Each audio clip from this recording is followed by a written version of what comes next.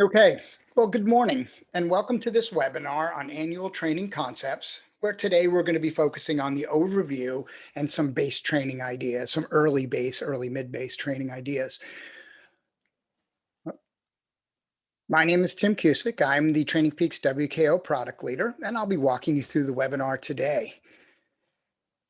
As we go, I want everybody to feel very comfortable asking questions. Please feel free. On the bottom, you have some similar controls like this. Please use the Q&A button. Do not use the chat button. I won't see chat, so I'll miss your question. Please use the Q&A button. And you could ask questions as we go because I like answering them. I'll be looking over here. I have a second screen. It doesn't always make the best camera view, but I'll try to keep up with things as we go so we don't have to circle back and answer a bunch of questions. A lot of stuff in today's webinar is my opinion, and I really always stress this. It's important. Part of my educational desire and when we developed and created WKO is really to give you a tool of learning your opinion and building your opinion and vetting your opinion. So I'm going to show you mine and my opinions and thoughts based on science, but really it's an encouragement to build your own. This is part of a three-part series. As you know, I'm squeezing in this first one. I missed the timing on it, but I needed to get it done because the second and third one are more functional, meaning we're going to get into the actual planning a little deeper. But in this first one, I really needed to get the annual overview completed and done to get it right. So I'm going to focus on that annual overview, and I'm going to talk about early base. In this first one, it'll be a little more overview. I'm sure you're going to know what I'm going to say in early base, ride your bike a little bit more, do the things that you need to do. Great. Hey, just looking through questions to make sure our last minute joiners are in. Let's roll. So let's start with a little periodization background here. So really, when you think about athletic performance, you have to think what it takes. And I've used this slide and I will continue to use it because the idea is elite athletic performance is the integration of muscular, cardiovascular, and neurological factors that in the end result in velocity and power. We don't want to just train for the sake of training. We need to make multiple systems work together in a way that creates velocity and power. And it's really important that we remember that that is our output goal. It's not just more watts or more work. We want velocity and power. Well, when we start thinking about planning this type of a program, of course, most of our planning starts with periodization. Periodization is an idea that's been around for a while. It was, started, I think, in the 50s. It actually has some older backgrounds and stuff like that. And one thing about the idea of periodization is it was really focused about the idea of one, maybe two big events. And if you think about when this idea of periodization kind of surfaced, it really was during times of a lot less travel in the world. And big events were really big events, meaning Olympics or a world championships. You didn't have so many athletes with so much access to multiple A events, multiple big events. And that's actually, that changed because of travel and travel, maybe not right now, but travel and the way we move around our season. We actually have a lot more peak requirements, a lot more desires. So when we look at periodization as a whole, I'm going to talk about it as a theory of single peaking. But as most coaches know in this system, it really has morphed into a theory of multiple. So you have dual peak, triple peak, and in today's world, I don't know, 5, 10 peaks. But we're just going to focus it on as a construct and a concept. Periodization basically breaks things down into kind of these digestible, measurable chunks. And it really is an approach of cycles. You have a training cycle, which really, or training year, or your macro cycle, which is a training year. You have mesocycles, which are larger cycles with specific focuses, and they can be generalized by a name or a term and even broke down into more process orientation and steps. And then you have microcycles, just basically weeks. In the end of the day, periodization really is just a systematic approach towards planning of the athlete's physical training or the athletic of physical training. So, really, all you're doing is using this periodized system to organize training. Now, periodized organization really is something that's built on a progressive cycle of system improvement. There's some different ways to look at that, but think about it as building blocks of you have a base block, a foundational block, and then if you build something on top of that, you get faster, stronger, perform better because it's not just cycling or running. And then if you build something on that, you perform even better. And it's the idea of this that we take the theories of progression and overload or progressive overload, and we put them in some building block process and format. Periodization really then represents a general training load progression. And load means it's not just volume, right? There's more to it. And we're going to get into that a little bit. But load is the amount of work that you're doing. In a classic view, and this is linear periodization, just using as an example, we have the two drivers, which are volume. Volume starts high and diminishes over the course of a linear periodized plan. Intensity starts low and increases over the course of a plan. And performance starts low, eventually comes up, up, up. After a taper, we get some peak performance, right? And one of the things I like about this view, this little chart, is volume is quantity, intensity is quality, and technique is the training. A little bit different here in our sport of endurance sports, but again, I'll get into that. One of the things that's really crucial about periodization, I get this question all the time, is timing. Um, Again, as an opinion, one of the things I see people do is they overstructure huge long blocks of training. And what I mean by that is you'll run a periodized plan for, 57 weeks, a little more than a year. I think it's important to know that periodization is the beginning of the peaking process, right? And it's really the plan, the process, the building blocks that are going to get you there. So one of the things I like to counsel or give tips to coaching on is when it comes to when you should start your periodized plan, do not go somewhere to you need to go. I think as coaches, a lot of times we feel compelled to organize often and early. Fight that habit so that you really are beginning the actual periodized training because kind of once you light that fuse, it's going to burn at its own rate and lead to that peak performance. But the other side of that coin is true. You absolutely need to know when it's time to leave. And this statement really drives one of my, wouldn't call it unique, I guess maybe it is unique. We're going to find out approach towards periodized training and how I build a plan. Periodization, again, is load progression. And one of the challenges I often see in load progression, this is a PMC chart, a performance management chart right out of TrainingPeaks. I don't know who it is. I just grabbed it as an image. And here we have what a lot of people still today believe is a periodized plan, which is just the ongoing increase of chronic training load in the attempt or the belief that that increase in fitness, which, obviously the blue line is, will lead to better performance.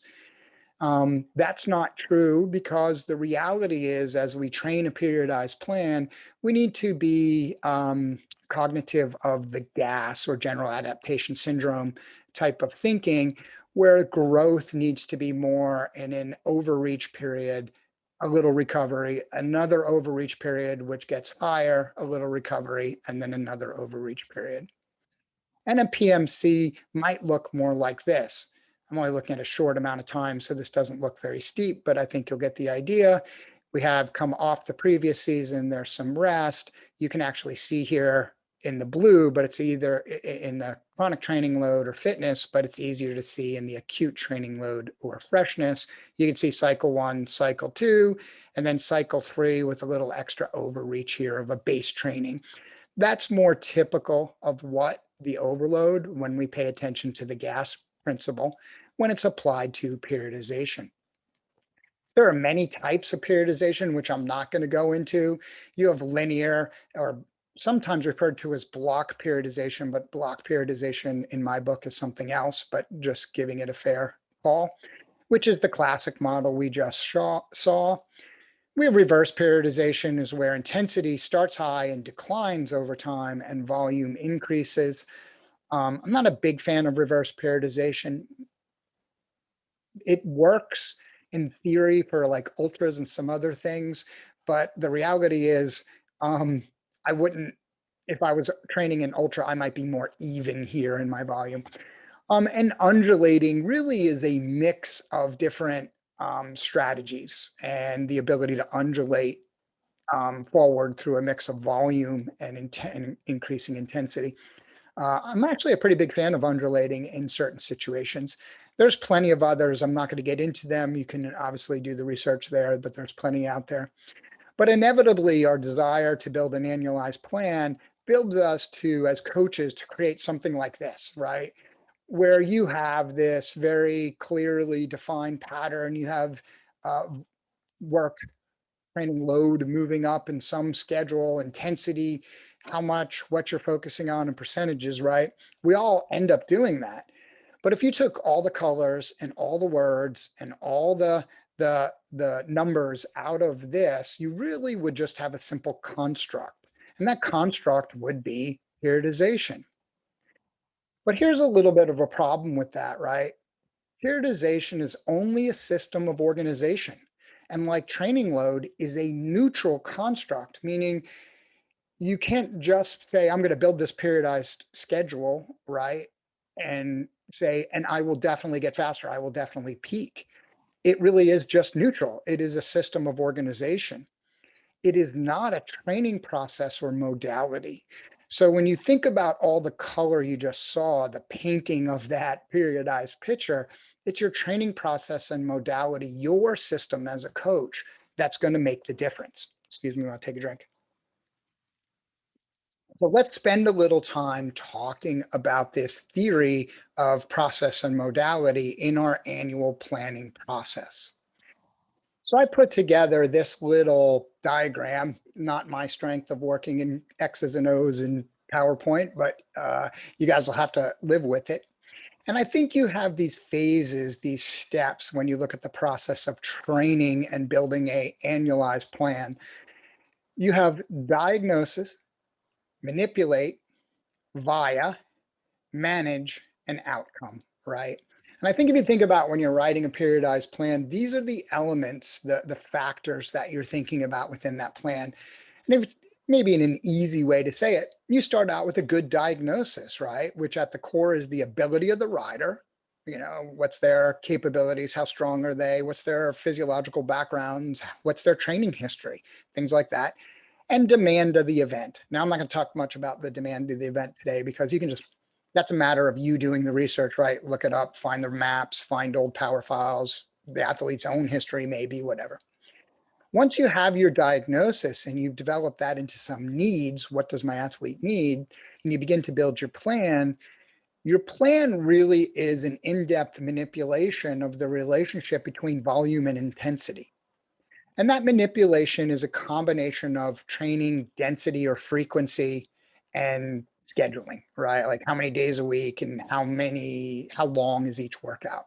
But in the end of the day, you're manipulating volume and intensity throughout your plan in an effort to create something good, peak performance, right? But as you think about that manipulation of volume and intensity, it's training modality that drives these two into the correct training rhythm. Training rhythm is one of my words. I'm sure, I didn't make it up that way, but it's one of the ones I like. But understanding that rhythm as a training modality is important. As you go through and you design that process, you have to manage that fitness and freshness, right? That same idea of avoiding maybe that linear, or maybe you believe that linear load is the best way to go. It's up for you to decide, but some form of another of managing your general adaptation syndrome and balancing managing fitness and freshness. Or fitness and fatigue might be a better word here, right? Maybe I should change that in the future. um, and how we manage those through our training modality as we implement volume and intensity. Those are really the drivers of peak performance. This first diagnosis step just helps us ensure we're getting the peak performance that we want.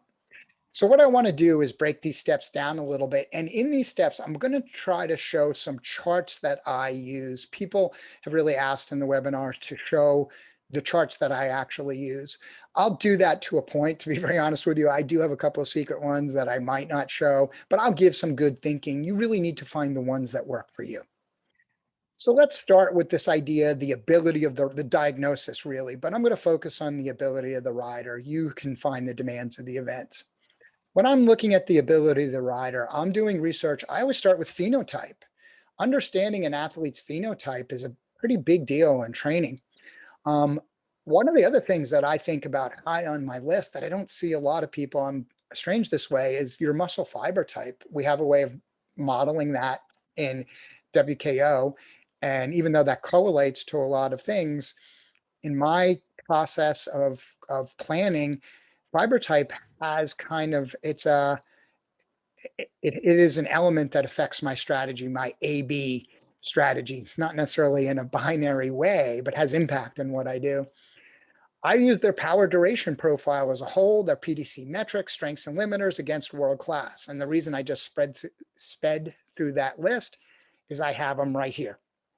So first thing I'm always going to look at is phenotype and then the power duration curve, what you have here with profile. And I have the chart names. You should be able to see them all on these screens. The profile is world-class, exceptional, excellent, blah, blah, blah. The red is my power duration curve and the yellow is a mean max power. This data, my sandbox data is always mixed and not the best to use, and I could just see how their power duration curve matches up against profiles. Now, most of us who've been training with power for years remember the old power profile approach where we're using 5 seconds, 1 minute, 5 minutes, and FTP or 20 minutes or whatever you're using here. That's not bad, but one of the things I don't use it because the reality is this is 4, maybe 5 data points. This is the same exact thing with all data points. So to me, this is more relevant because why wouldn't I want the second by second data versus just blocks? Now, I actually do use this data for reasons of testing and other stuff, and we'll get into that a tiny bit.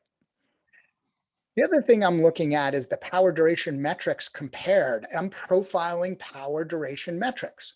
And by profiling those metrics, I can see the core metrics of Pmax, FRC, and FTP, how this athlete rates against the world, right? Against others, a database of others. And I can see middle, high, high, low, right? Gives me some insight into their physiology. What's driving the engine underneath? How are they producing power?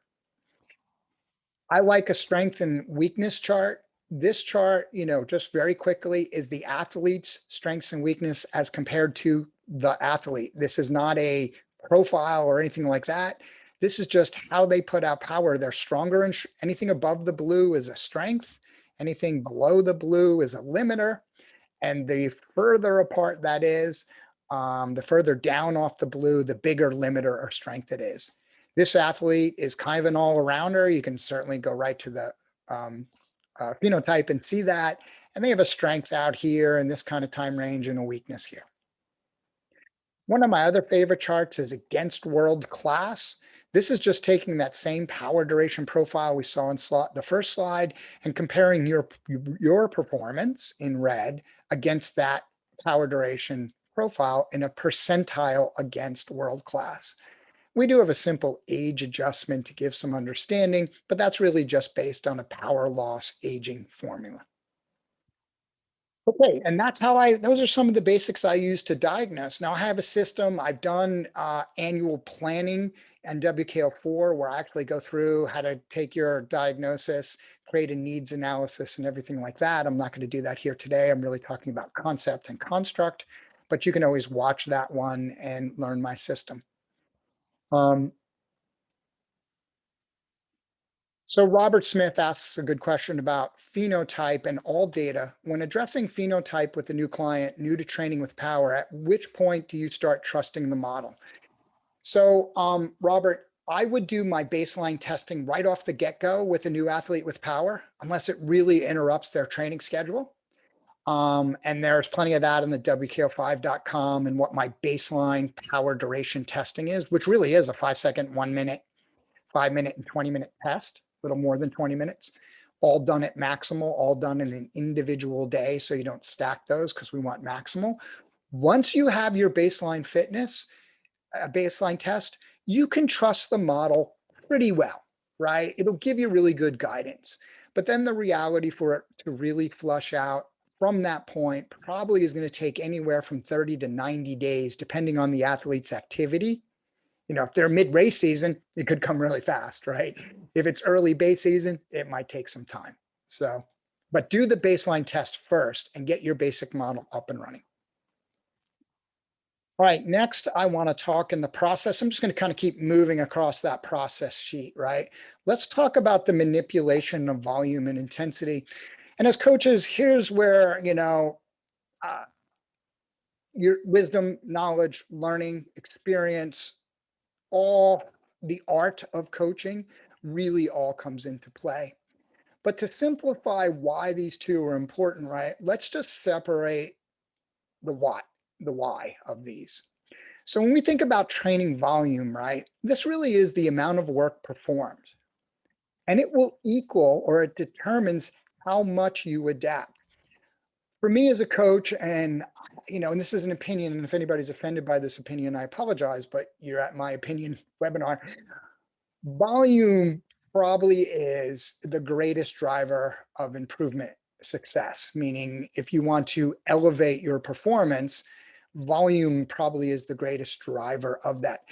Until it isn't, of course. Everything has a cap, everything has a point of diminishing returns because volume determines how much you'll adapt. So think about what adaptation is. You have a current homeostasis, right? And that I can perform in that current homeostasis a 20-minute test at, I don't know, 250 watts. And my desired adaptation is to be able to do that at 350 watts. So I have a really big gap in what I can do versus what my desired adaptation.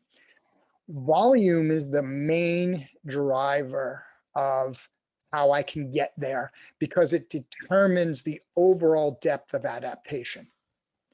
But if I'm using a specific 20-minute test, intensity plays a key role also because intensity determines the amount of specific quality. Remember quantity and quality, as I showed you in the time range of a periodized plan, the amount of specific quality performed, that defines the adaptation. And if you think about it, that makes pretty good sense.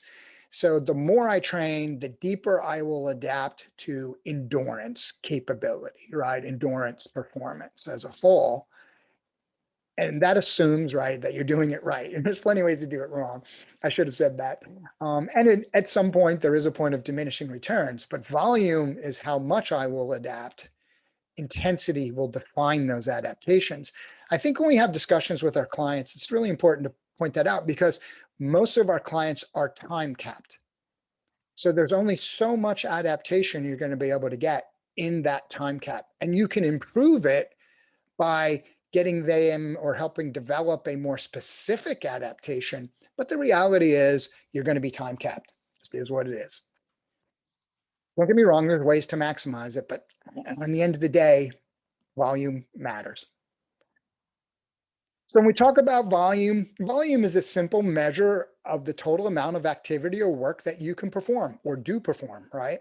And when it comes to volume, just a couple of key factors. The right range of volume is required to lead to those gains. It can't be like, wow, I haven't trained, or I've only been training 3 hours a week for the last 6 months, and I really want to get fast. So I'm going to go out and do 25 hours a week for the next 8 weeks, and everything will be great. Every coach here, every self-coached athlete probably knows that would be a bad idea. It's the right range of volume that drives the boat. Too little volume results in no gain, or worse, loss of gains, right? You need a certain amount of volume. You can't go too low or you lose it. Too much volume, that results in too much acute or chronic fatigue, and it will actually reduce performance. Excuse me. In the end, you need the volume Goldilocks. You need to be able to get that balance. When you look at linear, as just one example, linear periodization, I love this chart. People always go, "Oh, Tim, that chart's so messy looking." Yeah, I got reality for me is annual training is messy. This volume determination is you're making volume decisions somewhere within that annualized plan, right? But if you think about the process, somebody's writing that volume line. That line becomes I'm training X hours or X TSS or um, X training stress score, X TSS, or targeting X CTL, chronic training load. So there's lots of ways to skin the cat, and it's often messy, even though our perception, right, is these very neat, linear, optimized volume approach. I'm going to go, microcycle progression, gas, little rest, microcycle progression, gas, a little rest. We always have this like excellent, clean little pattern of that type of growth. And this pattern, whether you're training indoors or outdoors, is the same. As a matter of fact, one of the things that I fear the most in coaching today is actually, I shouldn't say fear, one of the most exciting, but yet most fearful things in coaching today is the impacts of indoor training, which I'm actually going to give some deeper insight. Indoor training, I know I hear all the things. It's more efficient because you're turning pedals more and more. And some of that is true. It's not as true as you think. I'll give you an example just real quick. If you have a client who rides their bike outdoors and they just don't stay on the pedal, and yeah, 25% of their time on the bike, they're coasting around or way underpowered, indoor training has a more time efficient impact. They don't need as much time on the bike, right, to make equal training load. If you have an athlete who's already a good trainer and they stay on the gas and they pedal well and they don't have a total terrain blockage, and they're only getting 5% coasting, there's probably no difference between indoor and outdoor training. The answer is always going to be, it depends. You always have to do the cost benefit analysis. All right, so for this clean optimized load, when we're thinking about whether it's messy or whether it's clean, let's just think about some keys to getting it right, because both answers are okay. A nice clean optimized growth should always be what you plan on, but ready to accept it's not going to be so clean and optimized. In the end of the day, the key measurement is ramp rate. When we think about the adaptation to training volume, I will tell you right now, it is more triggered by ramp rate and the trend of volume increase than it is by performance improvement is more triggered by the trend and rate of increase of volume than it is by pure volume alone. Now, those two are related. You don't escape that relationship. But the point is, if you had somebody just go 1% harder or 1% longer every week, their physiological gain, their performance gain will be actually pretty freaking slow. Maybe early, it's the first couple of weeks a little bit, but it'll be pretty slow. Where if somebody's progressing at the most aggressive rate that they could actually recover from and adapt, their gains would come faster. So you as a coach have to find your athlete's progressive rate of management, and ramp rate probably is the key driver of that. And at times an underutilized metric, both in planning and in tracking. It's underutilized in planning and tracking. You have to have the athlete do all the things you want them to do, right? And have it come true correctly. And in ramp rate, you should be looking at 7 days and 28 days at all given times. I wouldn't go longer than 28 days. I'll answer in the Q&A if you want me to why. But you need to look at the same days. In WKO, when you're looking at ramp rate, it's your week. So either Sunday to Sunday or Sunday to Saturday night or Monday to Sunday night, right? So the reality is you want to measure those same fixed weeks to get a ramp rate in volume. In this presentation, I've put some ramp rate guidelines. These are based on data and experience. So again, this is my opinion, but pretty solidly backed by the data. In an ongoing basis, right, you have your training age or training maturity plays a role, And actually, your starting fitness plays a role. The more you train, the more you can train, right? That's certainly a reality. But as most coaches know, once you kind of start getting over 100 CTL, it's pretty hard to keep accumulating CTL. You have to be working pretty hard. So both of those can impact your rate of gain. I've broken that into an ongoing rate, what you can sustain an ongoing, and short-term rate, like you're going to a training camp or you have a big altitude training camp or you're just doing a high volume overreach block. Just give you some ongoing and short term. I will make sure I will load the presentation so you have these numbers. Simplest way to track it, I use the performance manager chart with insights. And this is a great way to track it and plan it, at least out to a point. And basically all that has is it has a ramp rate line. And I should have put the hero bar because it's in the hero bar. I guess I could have done that, right? But the reality is this pink line here is the ramp rate. And we can see a negative ramp rate as this athlete rests. And then we see a positive ramp rate, a pretty good one. It gets a little soft in here, right? Then a little good pickup and overreach in here. So I'm always looking at ramp rate as a key number, a key metric of physiological uptake.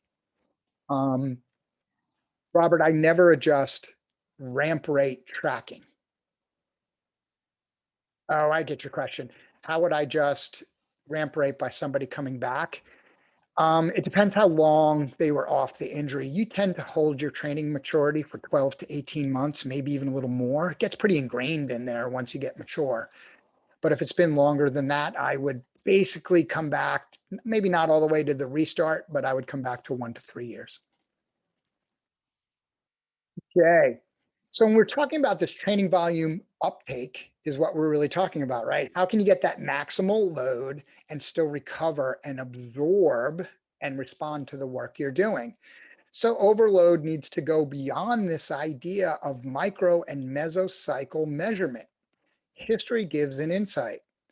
So this is a chart I like to use that if I was to take on or when I get a new athlete, I want to see what their CTL was compared over years. So I have a very simple CTL compare with day counts chart. It's in your library. All of these charts are in your library. All the ones that I'm showing are, I think, I'll double check. So, and you can just see it's overlaying, but what's important here is you can see the number of days this athlete was over 105 CTL, 90, 75, 60. This athlete spends a lot of time above 105, and they've been ramping that up each year for the last 3 years.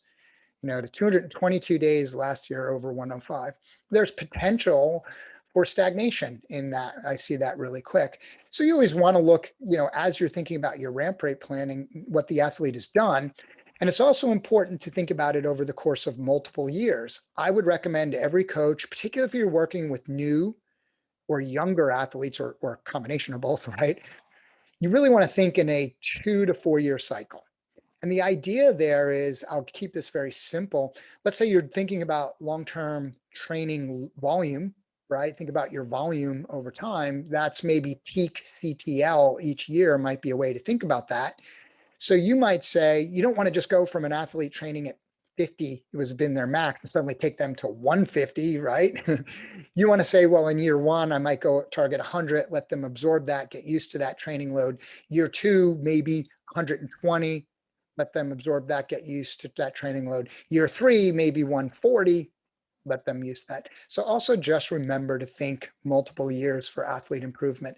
One of the things I see that gets done a lot is that over volume uptick that athletes will make that really don't, if you don't do that type of longer term progression, you actually won't improve to your peak performance over time. That type of progression, but you'll continue to improve throughout those 3 years and actually have a higher peak by that 3rd year than if you just went to that number, even if you could handle that training load.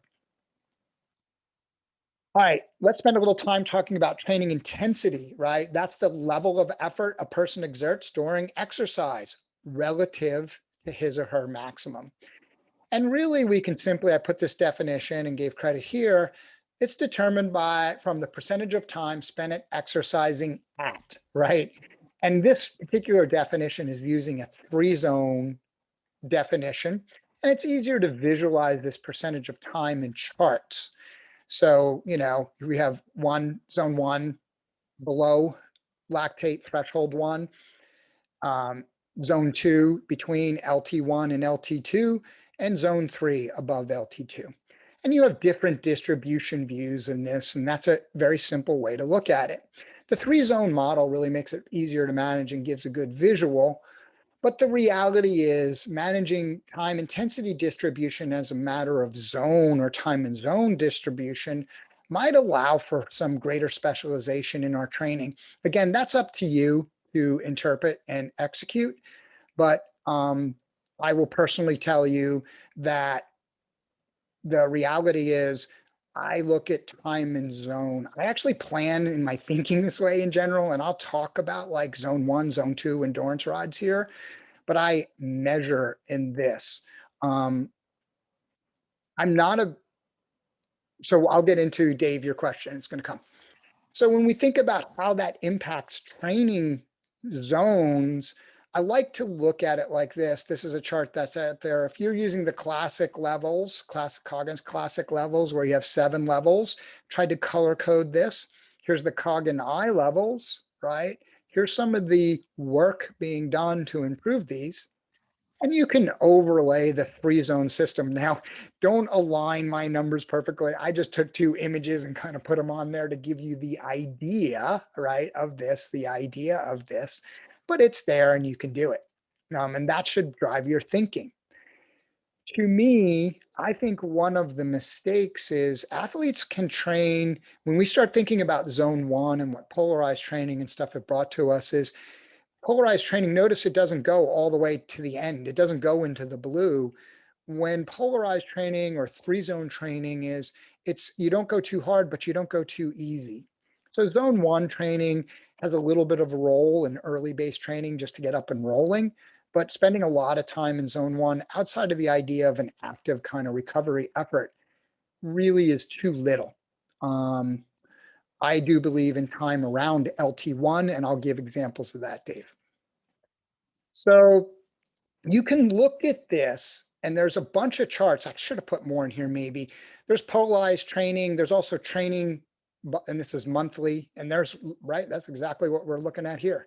You can do it again in WKO. So you can see this is athletes 2020. So a lot more mid-range volume in here. You could obviously see all the change. You can do this by classic levels and I levels also. Those charts are available to you in WKO. So look and learn what the athlete is doing.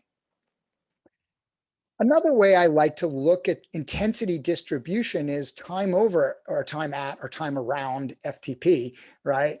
And I'm looking at the average time over 105% and average time over 90%. There's a daily and a weekly and a monthly chart, I think, like this in there. This athlete has a lot of yellow. Again, a recipe for stagnation. I don't know if these are the same athletes because I always make my examples at what we call the sandbox, but this is a lot of mid-range training all year long, or riding. Maybe they're not training, but you get the point. So when we talk about training intensity distribution, some of the best practices for managing, my opinion, I should have put my little opinion sticker here. I do believe in the idea of stacking or building one system on top of another. You're an endurance sport. It is an aerobic sport. Damn it, to quote Andy Coggin. And he's really right. The reality is the deeper, I don't know if deeper is the right word, but the better aerobic foundation, more capacity, more power, more lactate, the more we move onset of blood lactate to the right, the more we do, the better we burn fats, all of the things that you would associate with that, the broader, I would say, the more broad we make, the more resilient we make that foundation, that'll allow for us to stack on top of that better anaerobic, better speed and power, better uh, repeatability of performance, right? It'll allow us to stack better on top of that. And to me, I know this kind of goes circular over like every 5 years, the ability to do that foundation well is the driving block of success. But we need to think about the things that we're mixing together, Remember my first slide, muscular, metabolic, cardiovascular, neurological factors all working together. So when we're thinking about this idea of time intensity distribution or training intensity distribution, we want to think about if we're looking for in general ideas, general principles, right? If we want to increase capacity, that's built via or by the progression of time in a training zone. If we want to increase power in a training zone, our ability to put out more power at certain physiological costs, we want to build progression of higher intensity. So more time in a zone, more power from within that zone. Now, it's important to note when I say that, because I get pushback when I talk about that theory, it's not one or the other. They're not mutually exclusive. Working on one will improve the other and vice versa. It's a focus matter of focus. It's all about moving the power duration curve to the right and up, right? Both of them improve performance. Also, though, these two above points, and if you think about what I just said in stacking, they should be scheduled and part of your periodized planning and scheduling. Let's talk about training modality, probably one of the hottest topics the last couple of years. And I think this topic really became hot because of the introduction of polarized training, which I think really helped people. I'm a big fan of polarized training. I also have some issue with it, which those issues are being cleaned up very nicely now um, uh, by science and by the person who really coined the phrase and made it popular. And I think that's cool. It really shows in our coaching industry how ideas can evolve and improve. So the reality is training modality, or what is a training modality? In training, modalities represent different forms of implementing the manipulation of volume and intensity to create adaptation through a superior adaptive signal and management of the fitness freshness relationship, right? And that's the core of it. That's the core of GAS, general adaptation syndrome. We want to use a modality to manipulate volume and intensity to create a really strong adaptation signal that your body is fresh enough to adapt to respond to. There's plenty of modalities out there ranging from high volume, low intensity. And I did this, it was easier to explain modalities in a color free zone chart. So you have high volume, low intensity, you have high intensity, low volume. You have pyramidal, which we're going to talk about, and even inverse pyramidal. You have threshold, which by the way, most people confuse threshold and pyramidal. And we're going to work on that a little bit today. Polarized, a lot of time in zone 1 and fair amount of time in zone 3, very little time in zone 2. You have inverse polarized and you have just even, right? Time intensity distribution helps us better identify these by thinking about what, where. Now you can apply levels to this, training zones or levels, and further subject it. Let's take a really fast look at 3 of those, because I think a fair amount of confusion comes from these 3 and understanding modalities, and it's going to play into the strategy of annualized planning. So let's look at polarized, threshold, and pyramidal. The idea of polarized training system started with this kind of 80-20 thinking, even though I don't think it was meant to be that precise.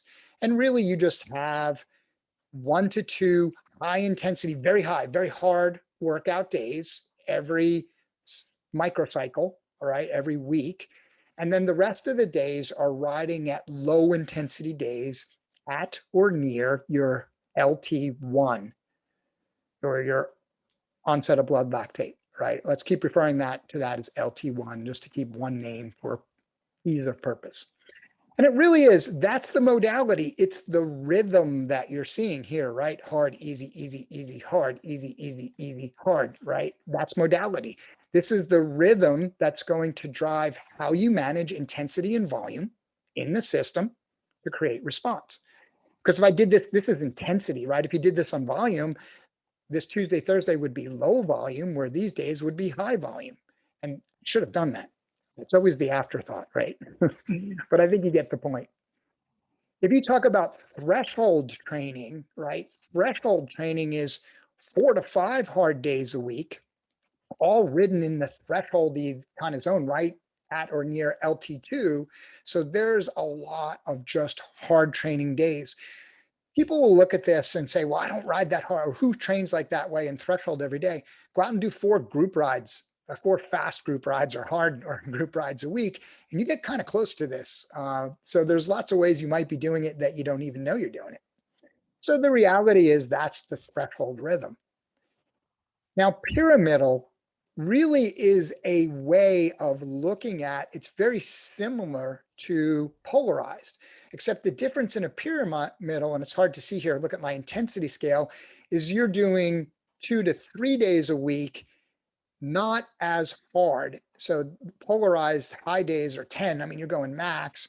Where in pyramidal, you're doing 2 or 3 days a week, but you're using time in that zone 2 in between your 2 LTs, right, to generate response. So a quick little breakdown of those 3 is threshold is hard, easy daily format of 67% hard and 40% easy. Pyramidal is, 40 to 50 hard, 50 to 60 easy, but different hard and easy, And polarized is 20 to 30 hard and 70, 80 easy. Then this is like the hard here, the hard stuff would be threshold, tempo, sweet spot. And here you're talking about high intensity workouts. And the easy is threshold just tends to be steady but easy. But in these 2 systems, you're talking about time at or near LT1. So one of the things that polarized training did really well is it taught us to look at training the way we should. It was a great system of organizing because it's not just about a tree, one workout. It's also not about the full forest, just all the workouts, right? It's the patterning that's important. And in the end of the day, I think as everybody increases their coaching skill and learning and knowledge and experience, they learn how important that rhythm, that patterning, that modality is on the impact of response. Get this question all the time. So which one is best? Always have the same answer, right? All roads lead to Rome. The reality is the answer is very individualized and it's highly infected by timing, hence the idea of how we use modalities in a periodized plan. So let's talk briefly about managing fitness and freshness. The reality is we've talked about gas. I'm not going to go into it deeply. So the fitness and freshness, I need more coffee to be able to say all my words. The fitness and freshness model really is just managing that on-off cycle, right? How many weeks are we off? Then we rest.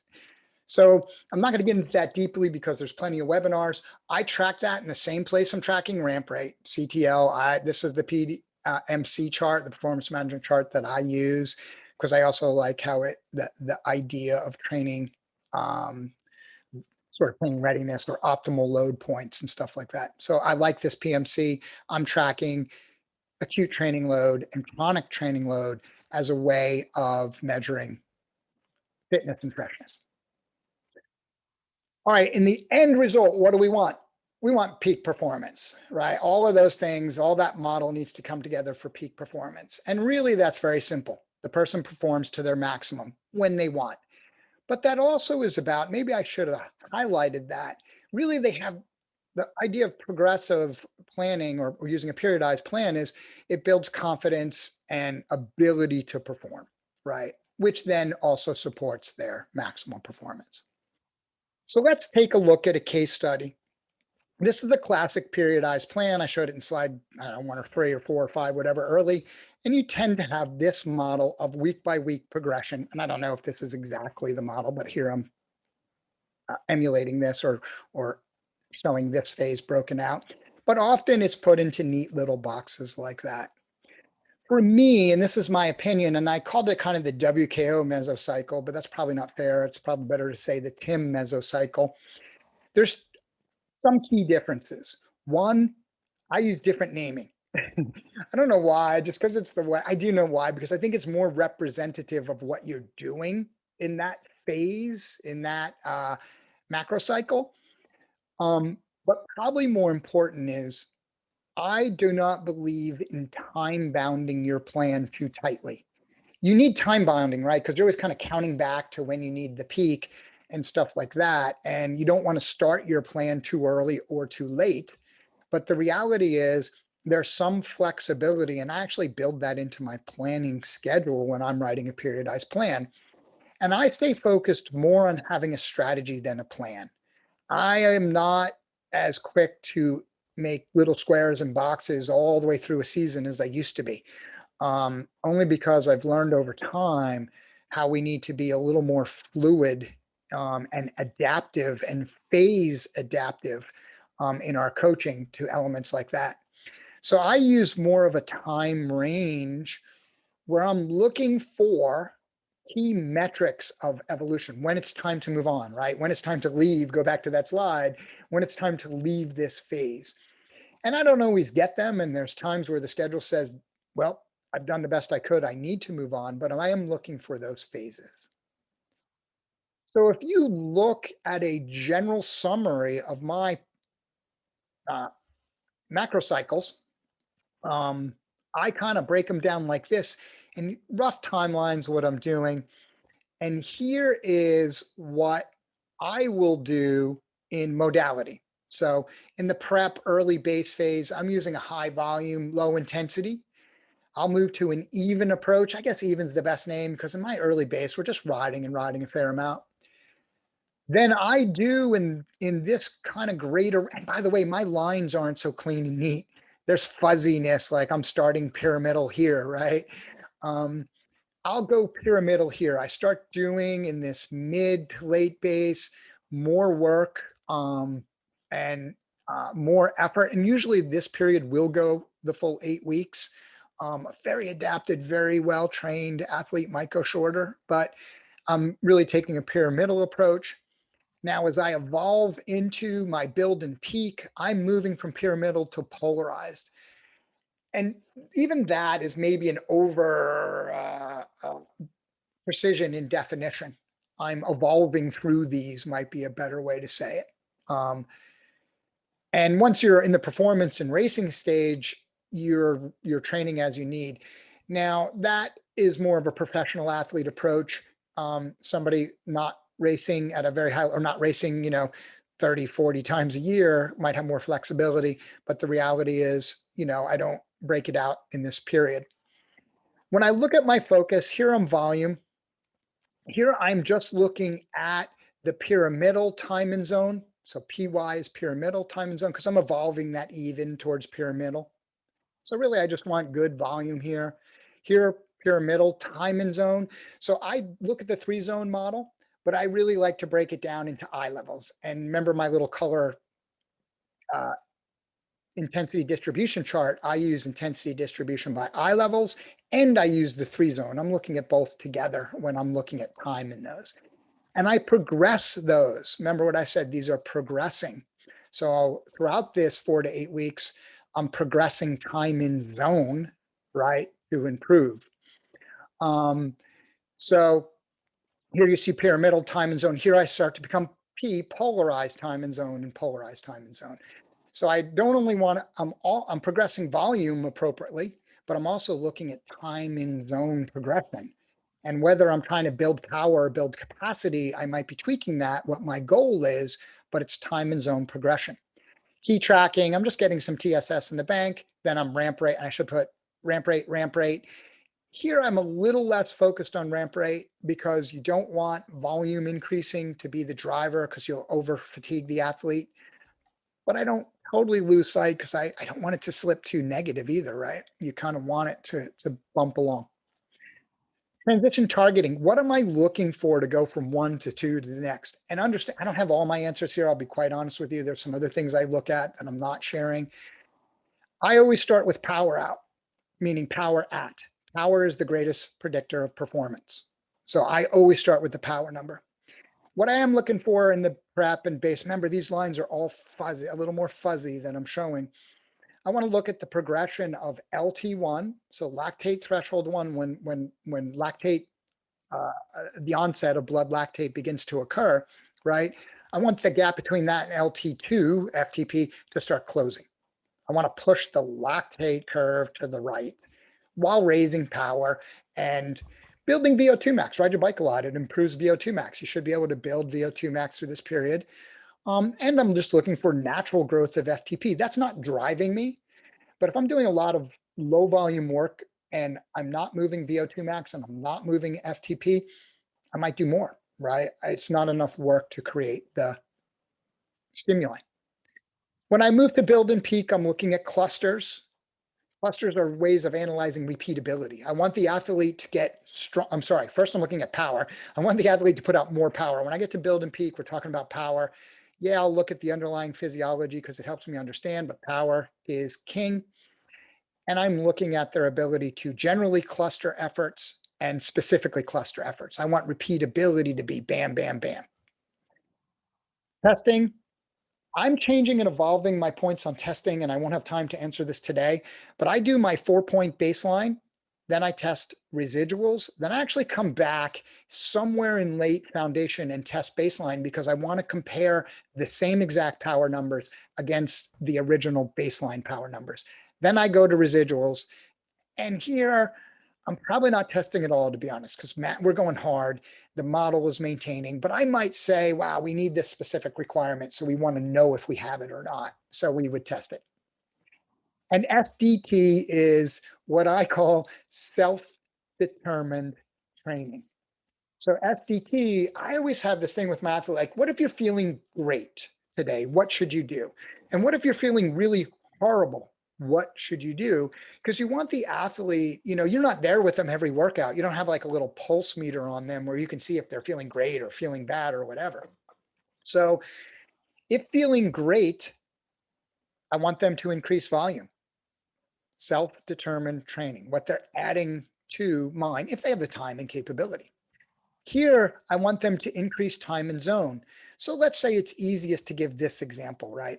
Let's say at this point, they're starting out and they're doing 2 times 20 minutes at SST. And they warm up and they're rocking it like, holy crap, I feel amazing. I don't want you to go 10 watts harder at this time of year. I don't want you to go harder. I want you to turn that 2 times 20 into 2 times 25. More time in zone, so increase TIZ, right? That'll improve your conditioning, it'll improve your fatigue resistance, and it will make a better platform for your build and peak training. The whole game of foundation is to train so you can train really hard here, right? Here, I need resiliency, I need fatigue resistance, I need depth and birth of fitness. Here, we got to go hard. We're transitioning to hard. We're absolutely going hard here. So here, increase that time and zone. Fight the urge to just make more watts because you're going to build fatigue here when we don't need it. And we want to preserve that fatigue, more chronic style fatigue. We don't want to spend that fatigue point until here when we can really get the maximal benefit. Then once here, I want to increase power. If you can throw it down harder in these phases, particularly this phase, throw it down harder, right? So I think I just answered all the questions on the screen. Let me just cancel them, except how to identify LT1. I'll get into that. I'll leave that one hang there. We cannot. I'll give you a teaser alert.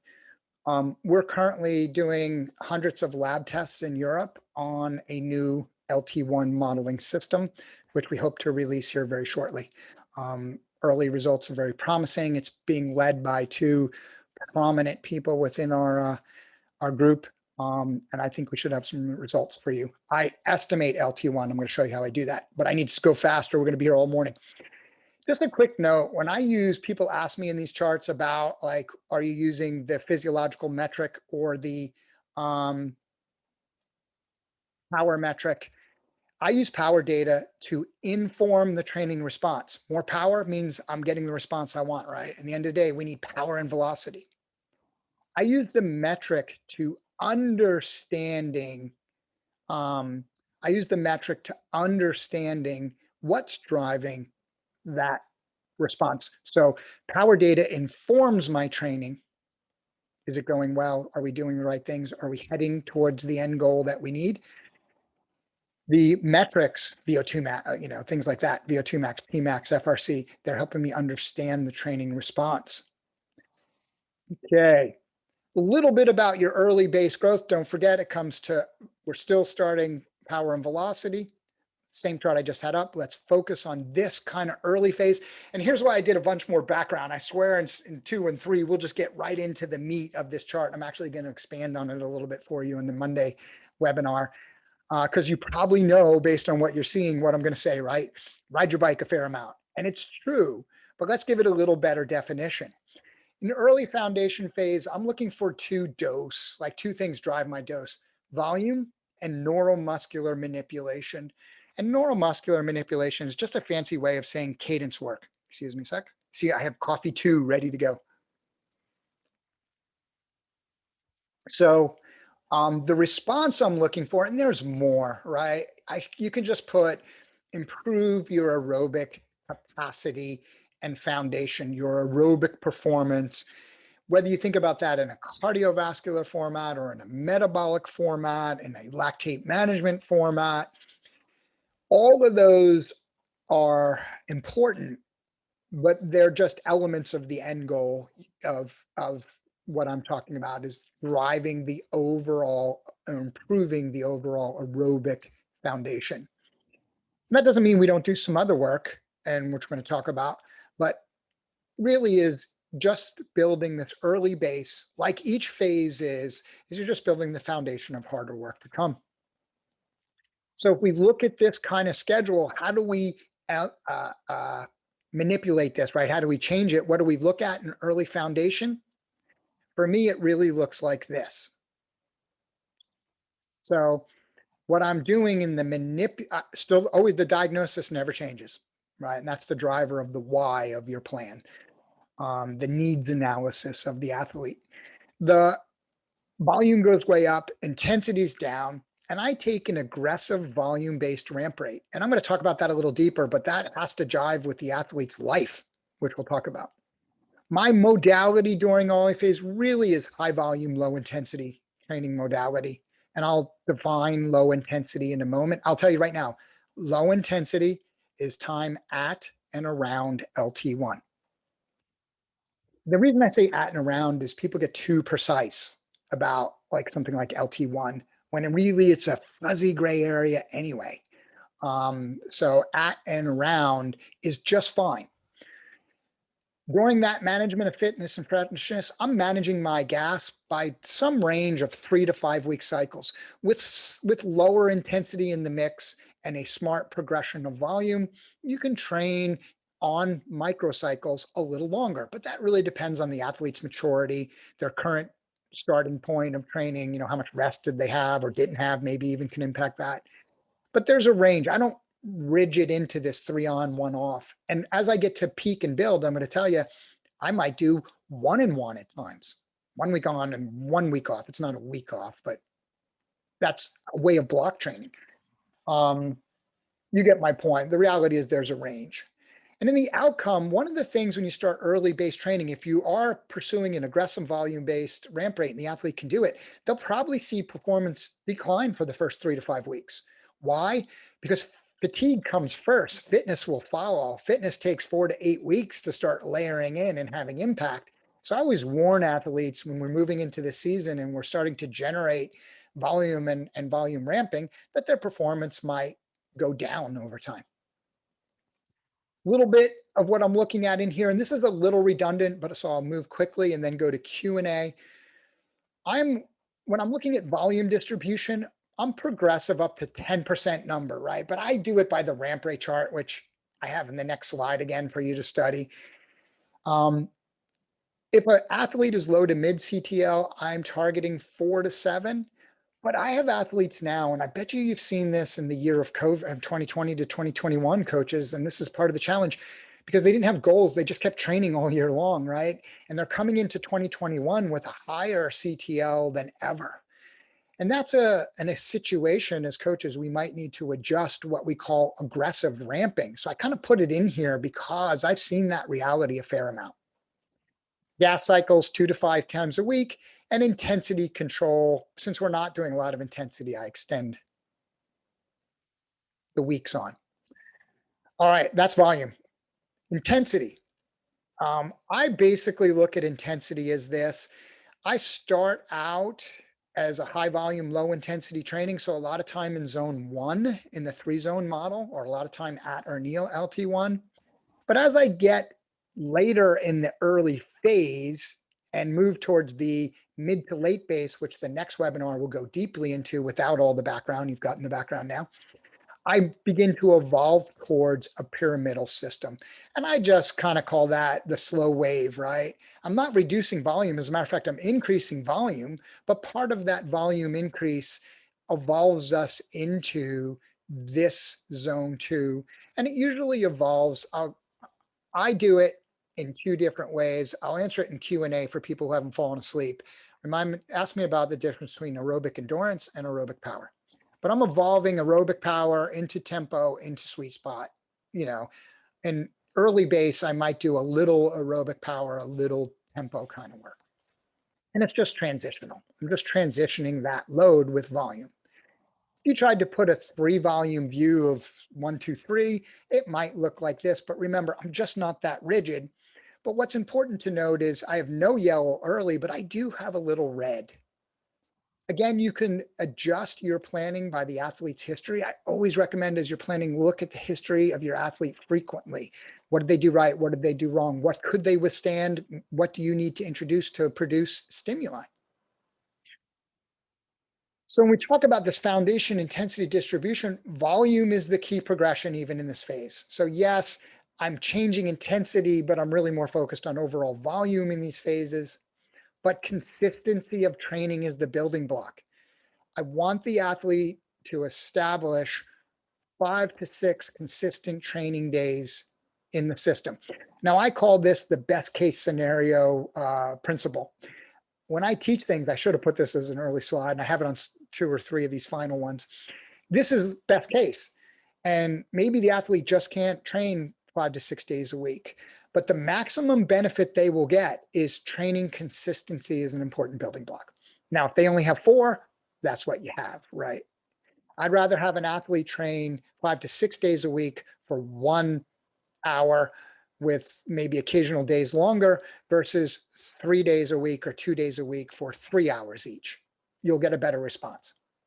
You do need at least 1 longer day as the booster. Long days have such a positive impact in this time range.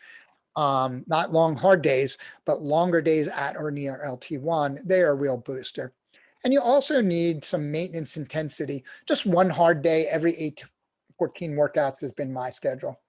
So we look at that as a rhythm of load, right? I always want 1 long day. And if you can get a second quasi long day, Joe Friel wrote about this way back in the original Training Bible book, and he's absolutely right. It's the best way to gain. You need 1 long day as a minimum, 2 is better. Almost to the Q&A. Early base neuromuscular manipulation as part of volume.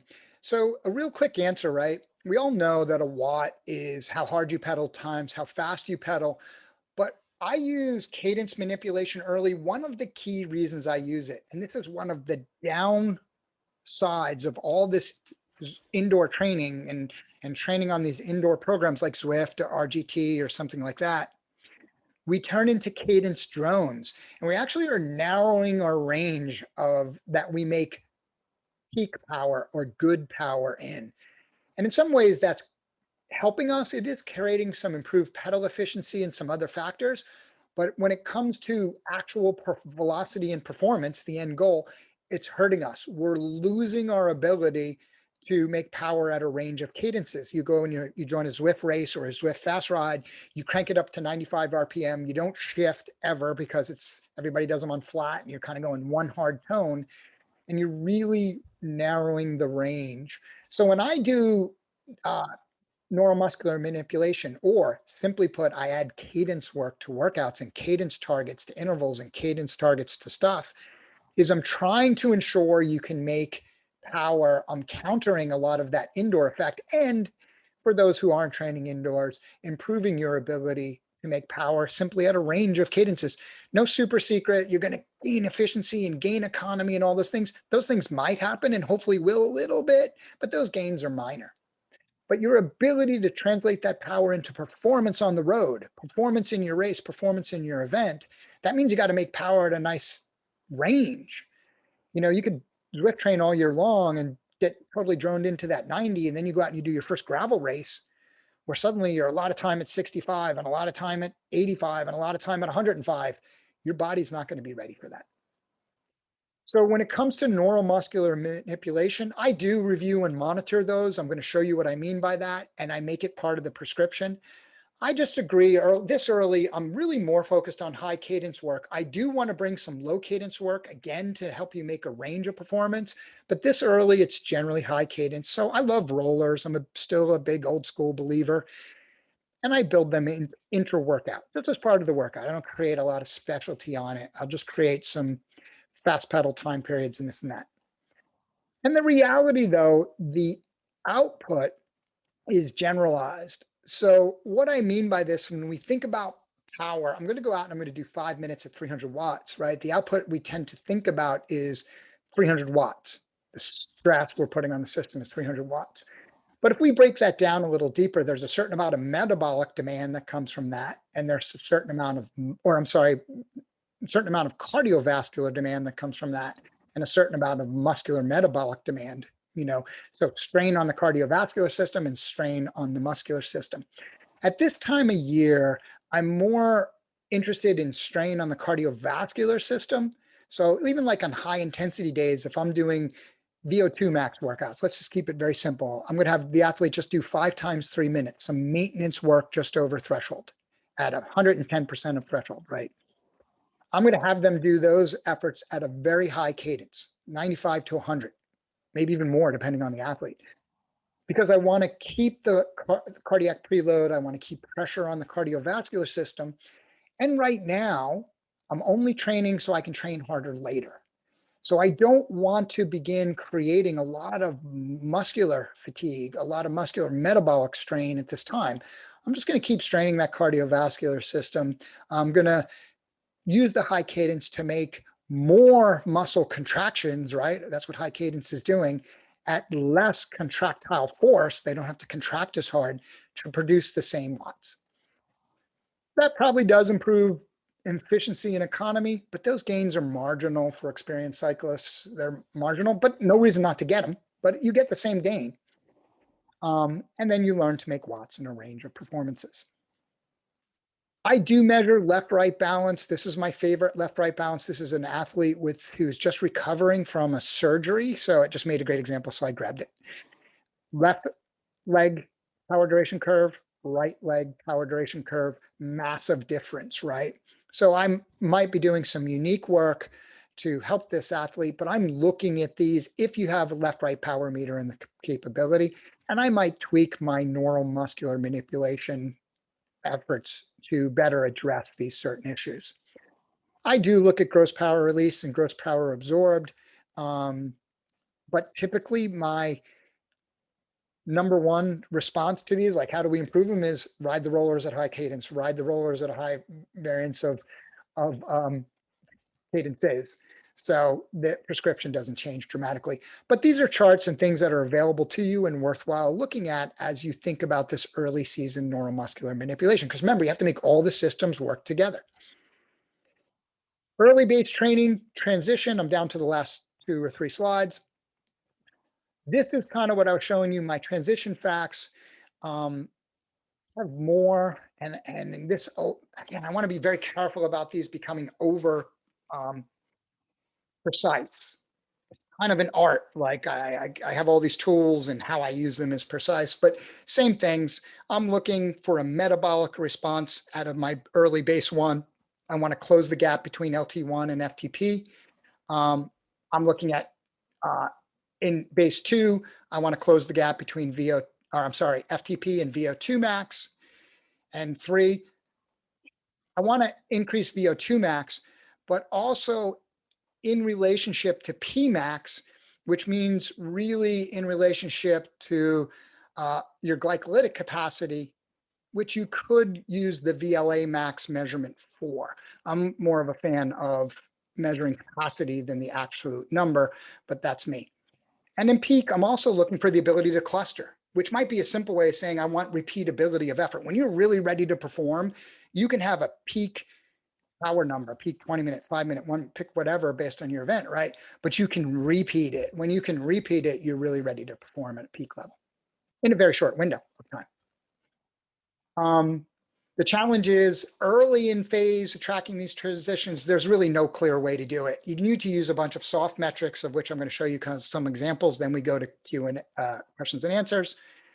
But I am more focused on that metabolic improvement. I want to move the LT1 to the right by delay onset of blood lactate and close that gap a little. So there's a soft data approach. Some of the elements, you guys, I'm going to be very honest. I've been using our new LT1 metric. So I'm cheating a little here and I'm not showing it because until we can completely validate it, we won't release it.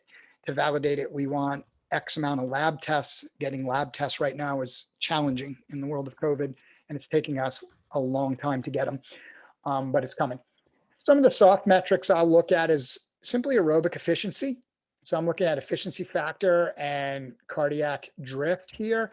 And I'm really just looking at the trend of improvements in aerobic efficiency. If you think about early base, you're doing a lot of the same workouts. So there is a relevancy here if you look at the big picture of the improvement of your aerobic efficiency. I put a slope number to that. I want to measure the improvement in timeframes. For me, probably what I do, a little secret chart I use on a day-by-day basis, and I don't track this at the athlete level because we can't. In WKO, we hope to be able to do it in the future, but simply it uses too much data. It will drag your system to a halt. But I'm looking at key intersection points. This is plotting power and heart rate. This chart is heart rate versus power. You don't have this little customization, but I can tell you what it is or send it to you if you message me after. I'm looking at average power at heart rate estimated LT2, average power at heart rate estimated LT1, and then I'm actually measuring the gap between those two, and I'm measuring the trend of heart rate uptake as power gets higher. So I want to basically look at the power you're putting at your LT1 estimated heart rate. And there's lots of estimates. I had a slide with them all in here, and then I'm like, you know what? Everybody should look up their own because there's a range of estimates.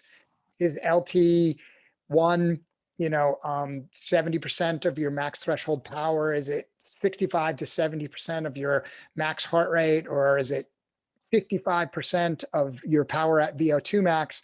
There's lots of ways to estimate LT1, but that makes it really hard to track going forward until we can better formalize metrics. What I can track, though, is power output at the heart rate approximation. So the more and more power I'm putting out in that range, and it's a variable number. This is soft data. It's not every day because I could be overheating. I could be drinking a bunch of coffee. There's other effects. But when I see the long-term trend, a couple of microcycles of that number improving, I feel reasonably confident that we're moving LT1 to the right. And the reality is that's how you use soft data. There is no perfect mechanism where you can put a finger clip on, right, and have every exact answer as you go. You need to have knowledge as a coach so you can apply the art to it. Final slide. This is how I track cadence. William Renfro made this chart. It's actually pretty good. I should have done it here as a sample, but it gets really busy.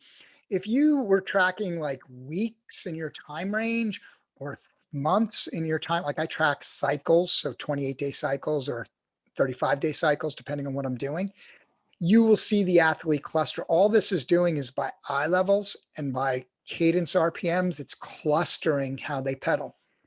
When the athlete is floppy, even indoors, you'll actually see this a little more than you think. There's a wider spread. As the athlete focuses on riding, cadence manipulation, neuromuscular manipulation, and stuff like that, I just want to condense. It's funny, I was explaining it to our coaching team the other day. It's like an accordion. It's like playing the old accordion, right? I want to squeeze the accordion. I want to see, as a response to the neuromuscular work that we're doing, the neuromuscular manipulation work we're doing, that the accordion squeezes down. That's all I'm looking for.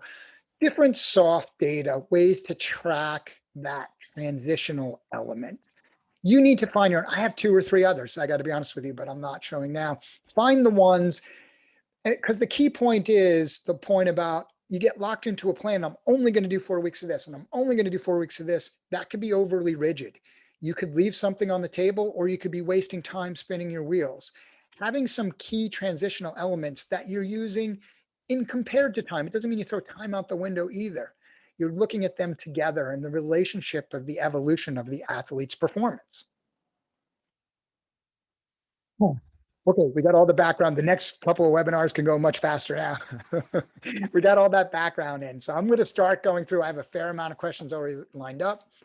I will stay on and answer all questions. I realize that went about 15 minutes long, but they always do. I'm going to answer. You guys can drop off or stay on and ask your questions. Do you have a chart on WKO to identify LT1? I already answered that. Not yet. How does the self-determined training line up with intensive first, then extensive after that you mentioned before? Yes, Eric, that's exactly how it lines up, right? I want them to be in the early phase. If you remember my self-determined training line, maybe I should go to that chart as I answer questions because it'll probably be pretty universal. When I look at it, almost there. Yes, I want this increase in time and zone is an extensive approach, right? It helps me extend. We're not doing higher intensity. We're not going harder. We're further leveraging the extensive approach. Eric asks, how does this, do you care about lactate building rate in this plan? I do and I don't, right? That should be a gain. But one of the things when it comes to me coaching, even at very high level athletes, I work with, pro athletes at a high level. I don't want to be forced into a situation where I need a series of precision measurements, often derived from a lab, to make then a series of decisions that I'll probably get anyway within a good process and adherence to principles of training. So I want to do some of that. Don't get me wrong. I'm using WKO metrics and stuff like that, but we'll do some lab validation here and there. It's important, but I can't go in the lab every week, right? So a result of this process should be an overall improvement in lactate management, which is lactate as fuel, lactate, buffering, lactate shuttle. I mean, there's a lot of things that come in that, but that's an end result. Am I using optimized intervals? Yeah, I don't use, obviously early phase, I'm not using optimized intervals much at all. Maybe I do use them actually on that hard day. I actually did a little video on that just recently. But absolutely, I use optimized intervals here very heavily in my targeting. So in part 2 and 3, I'll get into that deeper. Let's imagine we have an ATP based on 7 one-month blocks. Prep, base, 1, 2, 3, build, 1, 2, peak. And then there is still 3 months of race season. Should the extra months be base or build? Let me answer that question with a deeper answer. That extra time should be unstructured. One of the things that we do as coaches, because of our desire to remember, don't leave till it's time to go. We apply a lot of structure because it's part of our job. And it's easy to apply structure. It can be exhausting for an athlete to go through structure. And it accumulates, it's part of, in my thing, I call it the athlete budget, right? And I have this system of having the athlete communicate stress back to me, like life stress and things like that. That's part of my athlete budget. And training stress structure is a stress increaser. It's part of that stress budget, right? So letting the athlete just ride, and that's so hard as a coach because you feel like you're not doing your job, right? I got to do my job. I got to have something in there. Well, really, in that time of year, you can control kind of the banks of the river, but let the athlete flow and unstructure. And yes, that time would be extending base, extending actually kind of the stuff we're talking about right now. But I would do it in a way that is not stressful, not stopping, not overly structured. Hey, I have a goal for you. I'd like you to just ride 10 hours this week in at least 3 to 5 workouts in this general range. Oh, and by the way, if you get a chance, do somewhere sprinkled throughout that, give me, a half an hour of high cadence pedal and broken down into 5 minute or 7 minute or 10 minute groups. That's coaching. I got news for you. You're reducing stress. Now, where your athletes see it as coaching, that's a challenge. I got to admit, I've been in that point. But I'm just answering the question with the best answer I have. If you move LT1 to the right, does this also close the gap between MFTP and VO2 max? Yeah. So remember what I said, these elements are not mutually exclusive. The whole system is moving together. You're talking about an area of focus where you're using intensity or volume to target a specific response. So you're tracking that specific response. But that doesn't mean there's not spillover to all those other systems. Ride your bike a whole lot, right? And your LT1 will go up. So will your VO2 max. And so will your threshold. As a matter of fact, your VO2 max probably will go up faster or more. The gap between your FTP and threshold will go up more. But they're not mutually exclusive.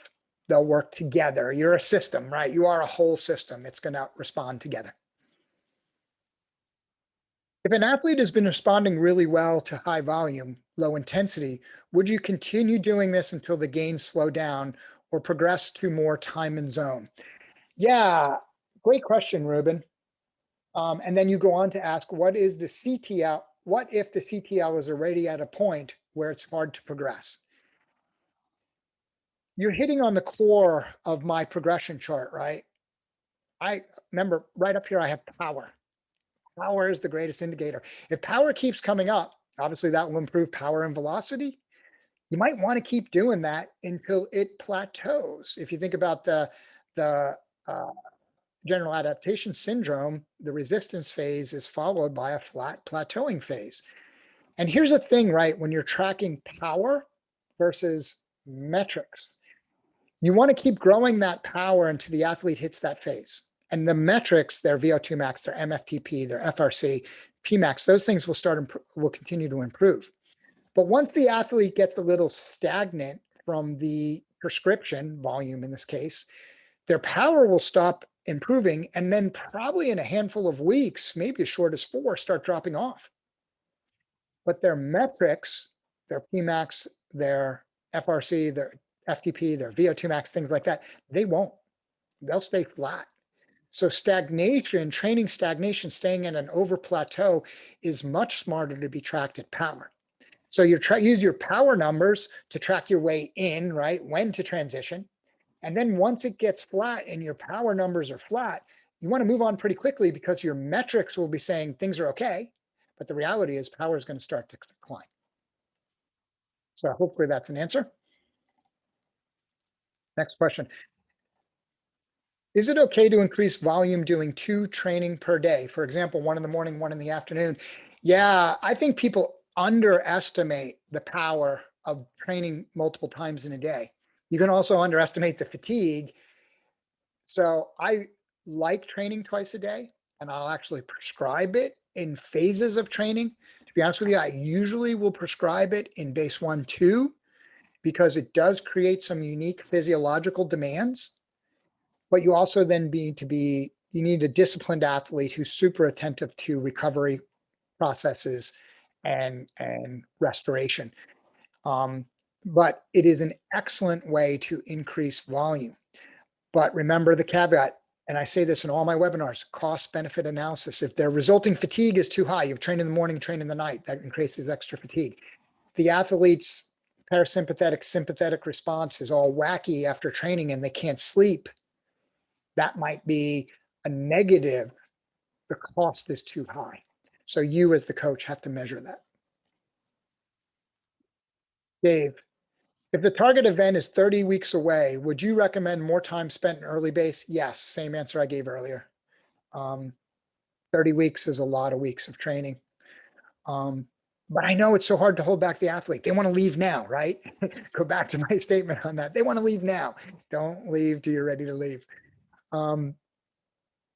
If you start with an athlete right now, what points you have to diagnose understanding that base isn't build in the right way, but races will start in 5 weeks. So if you're starting now and races are starting in 5 weeks, you simply have to condense this strategy and take the best you can.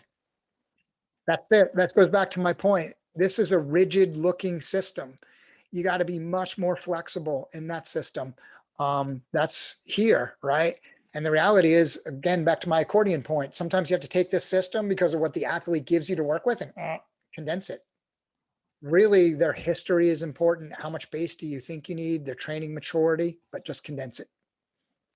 The athlete has a good training maturity and has ridden their bike a fair amount. I would probably go right into a 4-week block of base 2 and then build peak race. If they're immature, that's dangerous, but you got to make that determination as a coach. I am performing the test short, medium, long, and uphill terrain. It's okay or better to perform them on flat terrain. Victor, max is max. Whoever you put out the max power, that's how you should do your tests. You're welcome. What strategy would you recommend if I have 1 year to train without any race and want to get a higher FTP watts? Build base build peak or only base volume? That's really hard to answer because it really depends on your training history and how much you've trained over time. But it's a question a lot of people ask themselves in 2020, and will probably likely be asking themselves in 2021 to some degree. If you just have that year that you're going to spend on some type of non-race, non-competition, non-need to perform, foundation training, I would undulate. Here's an answer for you. I would go foundation, then a short block of builder peak, then foundation, then a short block of builder peak, because you don't want to do so much foundational work that you lose other capabilities. So the undulating system might be a really good answer for you, where you're mixing a little of that, but you're not really driving towards a peak. You're driving for highest physiological capabilities. Hope that helps. Tough question. When I have clients training less than 12 hours a week, yeah, that's the real world problem, right? I consider sweet spot a necessity as a substitute for LSD. Would you consider this in place of your high volume, low intensity training? Yeah, I would move that needle, right? Great question, Eric. Things kind of, that's why I was really careful to say this is transitionary, right? I like high volume, low in the prep phase. I might, for an athlete with 12 hours or less, right? One key thing, if you think about that annual cycle, you can leave earlier and really think about what I'm saying here, right? One of my biases, I've been working with the wrong athletes for the last couple of years. I'm forgetting what it's like in real world to some degree. So for an athlete with a 12-hour limit, I might have prep, base 1, base 2, base 3, right? One of the ways you can deepen the foundation is by one extra base period, because you're still not creating too much fatigue. I wouldn't do more build and peak, because here's when you turn the jets on, right? And you're sapping the athlete's chronic and acute fatigue. But here I might move everything back. I would start earlier, right? And yes, I would start with the prep phase, just getting them ready, but that prep might be 2 to 3 weeks of high volume, low training. But then I would more quickly evolve into a pyramidal approach, more mid intensity volume like tempo and sweet spot. Hopefully that helps. Training camp question again. As COVID in Europe is limiting options for timing of camps, would you have athletes return to volume during these, even though racing season might start soon, 6 to 8 weeks? And should they be focusing on a build? I don't feel comfortable answering that question. I'll tell you, I'm in the same boat. This is the first year. Usually at this time of year, I'm at all kinds of different training camps, and it's not happening. There is a role for training. For a training camp is a high volume overreach, right? Think about a training camp as that. But it also has some additional specificity, typically race performance, altitude training, whatever. Mimicking that overreach is still important for athletes who can withstand an overreach, meaning a very high volume, short window training, 7 to 10 days usually. So you want to mimic that. Timing of that might be changing now a little bit because of COVID and when you need to be peaking. One thing about your question, I'll give you, here's a secret tip, right? Most athletes adapt to training stimuli in about 4 to 8 weeks. As they train through the season, that's probably more like 3 to 5 weeks.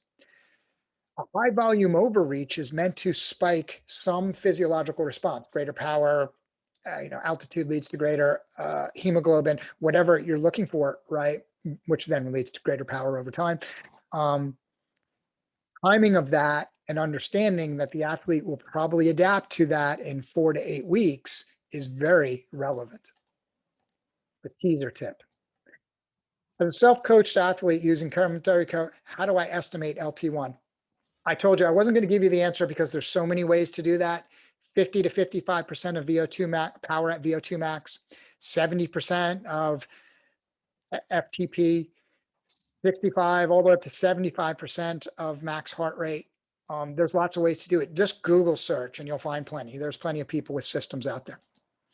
So even in my estimate LT1 heart rate, I put the number in there. I have my own estimating system, but I still just type the number in the formula, in the expression. Hi, Tim. And these are the last 3 questions. Hi, Tim. Considering unproductive time spent coasting, how much percentage do you recommend to keep an early base? So if the athlete's training outside, I want coasting time to be less than 8%. Why 8? Well, it's more unique than 5 or 10, and it helps them remember. I want their coasting time to be in that 5 to 10% range. When you start coasting more than 10%, the athlete is wasting time. Now, here's what's going to happen as a coach, right? That athlete's going to come back and say, well, it's because of my terrain. I bet you 80% of it is really their lack of focus and good habits. So if you build the good habits and focus, they can make improvements. And terrain is a reality. You're not going to descend a 9% 1 mile curvy descent doing 200 watts because you're trying to keep it zone. The reality is you can only do what you can do. But if they build a better habit of picking a better course, right? Courses for horses on that day, and then staying focused, that's the target improvement. Many other coaches I've seen are suggesting only doing 2 intense days a week, supplemented by LT1 days between to continue building base. If we have clients who are more mature in training, how do you add more intense days each week? I think that's reasonably good guidance, but again, be careful of over precision. It depends on your definition of intensity in your question. Only 2 intense days. The intensity demands of 2 days of doing sweet spot are dramatically different than the intensity days of doing 2 days of max aerobic intervals. So the answer is hard. It depends. But I had it in a chart here. You go back in the presentation. I don't want to keep scrolling back because we're so late already. I give you some ideas, and the change in intensity days really is because the definition of intensity is easier. So like pyramidal, you can add more days.